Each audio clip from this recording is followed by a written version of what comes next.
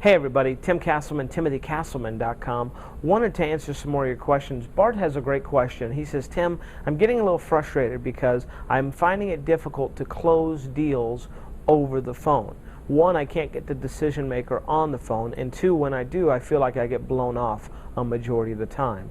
Do you have any suggestions? Well, Bart, great question, and I definitely feel your frustration. Let me tell you how I've always done it, okay? And this has worked really well for me, and I recommend you do the same thing. You just model what successful people do.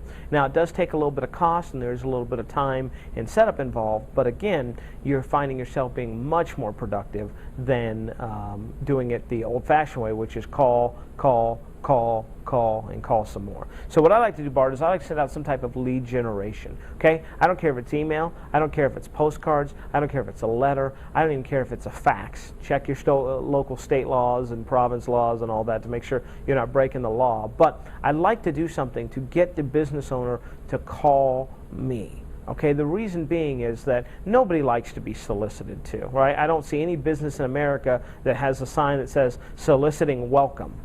You know, so hey, you know, I don't mind solicitors. Come on in, interrupt my business, right? And that's really what you do with a phone call. So I like to get them to call me instead of me to call them. And there's a lot of reasons for that. One, it's a positioning thing, right? So hey, if you want to get a hold of me, you're calling me because you want my help instead of me calling you offering my services. And anybody will tell you that you make more money when the herd comes to you versus you going to the herd, right? So that's what I would tell you is set up some type of lead generation. Again, it doesn't have to be expensive. You could do postcards, which are very inexpensive. You could do email. You could do fax, again, depending on your local area, right? So take care of that, and that's step one. Then they're calling you. And then what I will typically do on a phone call is just kind of a fact-finding mission, right? So let me get some information from you, find out what the service is you're looking for, right? Find out exactly what they need. Hey, what are you interested in? Do you want SEO work? Do you want website design work? Do you want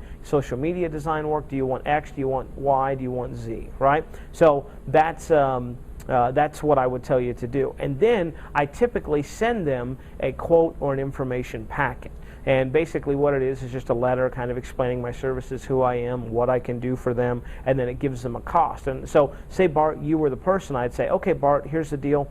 Give me a day or so to compile some information, do some price checking, get you some quotes. Then I'm going to email you, I'm going to mail, I'm going to fax you this informational packet that'll kind of explain a little bit more about us, what we do, and also it'll have a price on there.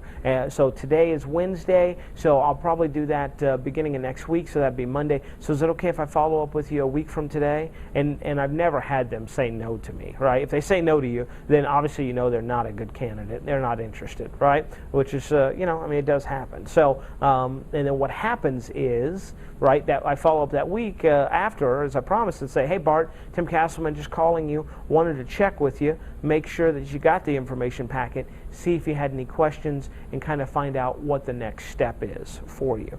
By doing that, I eliminate a lot of the rejection and a lot of the time that I waste cold calling business after business after business after business. And again, Bart, doesn't have to be expensive. Do it with emails, right? Postcards, you know, whatever. So that's the way that I have always done it, and that's the way that has gotten me the best, right, the response, because they're coming to me instead of me going to them. And after they get the information packet, which is just a fancy sales packet, right, it basically sells them on the product or service. All I got to do is follow up and collect the checks. So Bart, I hope that helps, and I thank you so much for asking the question. If you've got a question that you'd like me to answer, feel free to either shoot me an email, tim@30minutepostcards.com. Again, tim@30minutepostcards.com. If there is a question and answer box below, also feel free to post it there. And don't forget to check out my blog at www.timothycastleman.com.